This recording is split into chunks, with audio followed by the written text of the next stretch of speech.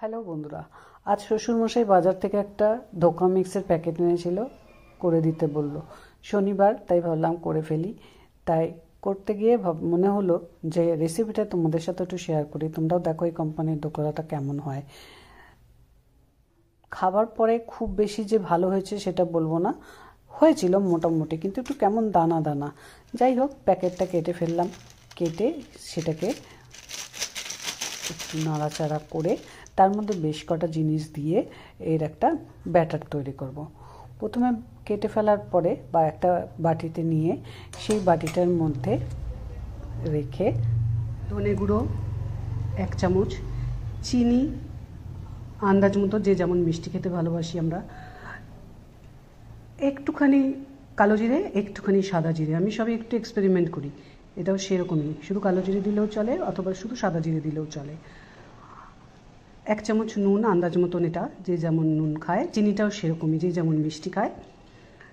ছোট 1 চামচ আদা, 1 চামচ জিরে গুঁড়ো, 4টে কাঁচা লঙ্কা আমি নিয়েছি, ঝাল যার যার নিজের মতন ইচ্ছা, কেউ কম খায় কেউ বেশি খায়, কম খেলে 2, 1, অথবা আমি যেমন 4টে দিয়েছি। কিছুটা ধনেপাতা কুচি রেখেছি, একটু হলুদ দেব, এই ছোট চামচের হাফ চামচ, আর ছোট চামচের হাফ চামচ হিং। এই যে জিনিসগুলো, এগুলো সমস্ত কিছুই এই যে ডালের ধোকলার গুঁড়োটা মিক্সটা আমার শ্বশুরমশাই এনেছে, ওটার মধ্যে ঢেলে দেবো। ঢেলে দেওয়ার পর একটু মাখিয়ে নিয়ে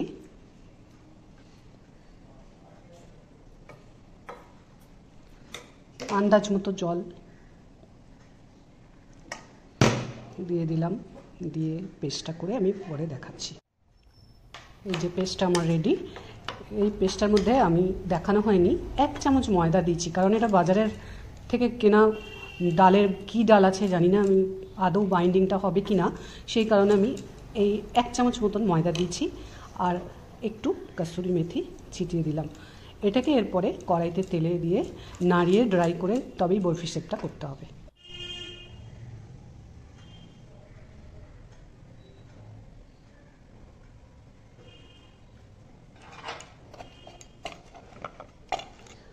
জিরে তেজপাতা ফোড়নের জন্য, নুন হলুদটা আলু ভাজা সঙ্গে মশলা কষার জন্য একসাথে নিয়ে নিয়েছি।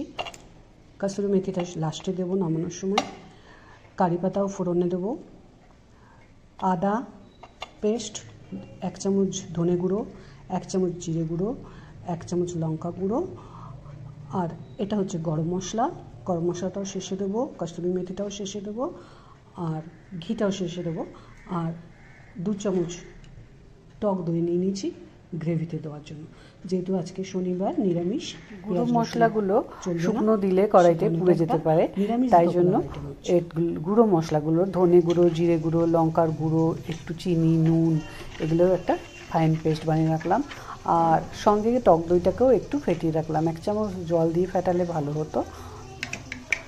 তারপরে প্যানের মধ্যে, ননস্টিক প্যানের মধ্যে একটু ঘি দিয়ে 1 চামচ মতন ঘি দিলাম, দিয়ে ঘিটা মেল্ট করার পর যে ব্যাটারটা তৈরি হয়েছিল, ওই মিশ্রণটা তৈরি করেছিলাম ধোকলা মিক্স, সেই মিক্সটাকে কড়াইতে ভালো করে ঢেলে দিলাম।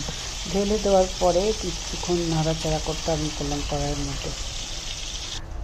2-1 মিনিট নাড়ার পর ওটা বেশ আঠালো আঠালো ভাব হয়ে যাবে। সেই সময় একটা ছোট্ট প্লেটের মধ্যে একটু তেল নিয়ে প্লেটটাকে ভালো করে তেল মাখিয়ে নিতে হবে, এবং প্লেটটাকে ভালো করে তেল মাখিয়ে নেওয়ার কারণে কি, এই ধোকলাটা ভালো করে উঠবে। তারপরে খুন্তি দিয়ে কড়াই থেকে এতে নামিয়ে নিয়ে থালার মধ্যে এটাকে ভালো করে একটা শেপ দিলাম চৌকোম করে। তারপরে খুন্তি দিয়ে কাটতে চেষ্টা করেছিলাম, কিন্তু ভালো হচ্ছে না বলে ছুরি দিয়ে এই পিসগুলো করে নিলাম। ছুরি, যেহেতু ক্যামেরা একটা হাতে, মোবাইলটা আমার ধরা, ওই জন্য পিসগুলো তোমাদের আজকে একটু ডিসঅ্যাপয়েন্টেড হলো। পিসগুলো খুব সুন্দর বরফিটা করতে পারলাম না, কিন্তু এক একদিন খুব সুন্দর বরফিটাই আসে। আজকে একটু এদিক ওদিক কেটে গেল। যাই হোক, এগুলো একটা একটা করে তুলে নিয়ে তারপরে সেগুলোকে তেলে ভাজবো, সেই জন্য এগুলোকে একটা একটা করে তুলে নিলাম। এর মধ্যে একটা আলু আর একটা টমেটো কেটে রেখে দিয়েছি। এবার কড়াইতে তেল দিলাম। কড়াইতে তেল দেওয়ার পরে একটা ছোট্ট 1 চামচ অ্যারারুট দিয়ে ব্যাটার বানিয়ে রেখেছি। এই যে বাজারের কেনা জিনিস কেমন বাইন্ডিং জানি না, সেই জন্য একটা করে চুবালাম, চুবিয়ে তেলে ছেড়ে দিলাম। ছেড়ে দেওয়ার পরে এই আর একটা চুবাচ্ছি, চুবিয়ে তোমাদের দেখাচ্ছি। এটা কড়াইতে ছেড়ে দিলাম। এবার কড়াইতে ছেড়ে দেওয়ার পর ওদেরকে ভাজা হতে দিতে হবে। আগে নাড়িয়ে লাভ নেই, দেখেছ তো এখনও পর্যন্ত কড়াই ছাড়েনি। ভালো করে গরম করে তেলটাকে, তারপরে এটা দিয়ে একটু কিছুক্ষণ স্টে করিয়ে তারপর উল্টাতে হবে। এইভাবে মোটামুটি আমার সব কটা বড়া বলবো না, ধোকা ভাজা হয়ে গেল। সব কটা ধোকা ভাজা খুব যেটা বাড়িতে বেটে ডাল বেটে ধোকা বানানো হয় সেটার বাইন্ডিংটা বেশি ভালো আসে এইটার তুলনায়। একটু কেমন গুড়ি গুড়ি ভাব হচ্ছিলো, একটু ফেটে ফেটে যাচ্ছিল। যাই হোক, করতে তো হবেই, সেইভাবেই করলাম। তার মধ্যে তেলের মধ্যে একটু তেজপাতা আর একটু জিরে, তোমাদের আগে দেখেছি এগুলো ফোড়নে দেবো বলে রেখেছিলাম। জিরেটা একটু কম মনে হলো বলে আমি আবার আরেকটু জিরে দিয়ে দিলাম এর মধ্যে। তো এবারে জিরে দিয়ে ওগুলো চটচট করে যখন আরম্ভ হচ্ছে, ফেনাটা যখন বন্ধ হয়ে গেল, তারপরে আমি ওই যে আলুগুলো কেটে রেখেছিলাম কিছুক্ষণ আগে দেখালাম, ওই আলুগুলো একটু, কারি পাতাটার কথা বলতে ভুলে গেছিলাম, কারি পাতাও তো ফোড়নে দেবো বলে রেখেছি, কারি পাতাটাও দিয়ে দিলাম। কারি পাতাটা যখন চটচট করে ফুটতে আরম্ভ করলো, তার মানে হয়ে গেছে। এবারে আলুগুলোকে দিয়ে দিলাম। আলুগুলোকে দেওয়ার পরে কড়াইতে নুন হলুদ দিয়ে আলুগুলোকে ভাজতে হবে। বেশ ভালো করে লাল করে ভাজা করব। আলুগুলোকে একটু নাড়াচাড়া করে একটু ঢাকা দিয়ে দেবো, কেননা আলুগুলোকে সিদ্ধ করতে হবে। কিছুক্ষণ পর ঢাকা তুলে যখন দেখলাম আলুগুলো মোটামুটি একটু লালচে লালচে হয়েছে, এবারে গ্যাসটা একটু জোরে করে দিয়ে আলুগুলোকে খুব ভালো করে লালচে করে ভেজে নিলাম। আর সিদ্ধটা পুরো হলে চলবে না, তাহলে আবার মশলা কষানোর সময় একদম গলে যাবে আলুগুলো। তাই একটু কাঁচা কাঁচা আছে, মানে হাফ ভাজা হয়েছে এরকমভাবে নামিয়ে নেবো। সেটা তোমরা সবাই ভালো করেই জানো, আমার বলার অপেক্ষা রাখে না। যেহেতু আমি রান্নাটা শেয়ার করছি, একটু বলে দিচ্ছি, দেখতেও এবং শুনতেও ভালো লাগবে। তাই এই আলু ভাজাটা তুলে রাখলাম। তুলে রাখার পরে যে তেলটা রইল, আর বেশি তেল দেবো না, কেননা 2 চামচ এতে ঘি দেবো। ওই যে মশলার লিকুইড গুলে রেখেছিলাম, মশলাটা জলে দিয়ে রেখেছিলাম বাটিতে করে, সেই মশলাটা কড়াইতে দিয়ে দিলাম। মশলাটাকে গ্যাসটা কিন্তু মিডিয়াম আছে। এবারে আস্তে আস্তে মশলাটা ফুটতে আরম্ভ করলে যে টমেটোটা কাটা ছিল, ওই টমেটোটাও দিয়ে দিলাম। দেওয়ার পর বেশ ভালো করে নাড়াচাড়া করে এটাকে একটু মজার জন্য ঢেকে দিয়েছিলাম।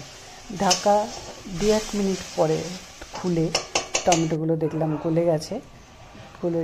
গলা টমেটোগুলোকে আস্তে আস্তে হাতার সাহায্যে পেস্ট করে দিয়ে মশলাটা আরও কিছুক্ষণ কষতে আরম্ভ করলাম।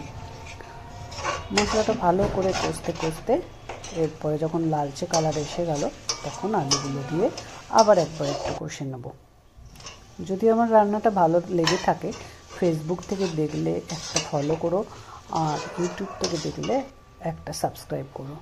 ওই যে দইটা রেখেছিলাম একটু নাড়িয়ে চাড়িয়ে বেশ গুলে, সেই দইটা এবার দিয়ে দিলাম।